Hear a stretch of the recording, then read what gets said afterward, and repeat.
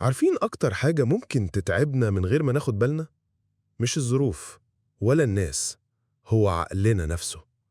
العقل ساعات بيعمل حركة غريبة جدا، ياخد موقف صغير ويكبره، يفسره غلط ويخليك مصدق إن دي الحقيقة. وده اللي بنسميه فخاخ التفكير السلبي. يعني باختصار طريقة عقلنا في خدعنا. خلونا اديكوا أمثلة واقعية بتحصل معنا كل يوم. أول فخ: الاستنتاج المتسرع. تخيل إنك بعت رسالة في جروب أصحابك: حد عايز يخرج النهاردة؟ الرسالة اتقرت وعدى نص ساعة ومفيش رد. عقلك على طول يشتغل: تمام، محدش عايز يجي معايا، أكيد زهقوا مني، يمكن أصلا ما بقوش يحبوا وجودي. تبدأ تتأخل وتقول خلاص أنا ماليش لازمة. لكن الحقيقة، واحد كان في وسط محاضرة، التاني في اجتماع، والتالت سايب الموبايل بيشحن. يعني مفيش حد رفضك أساسا، لكن انت وقعت في الفخ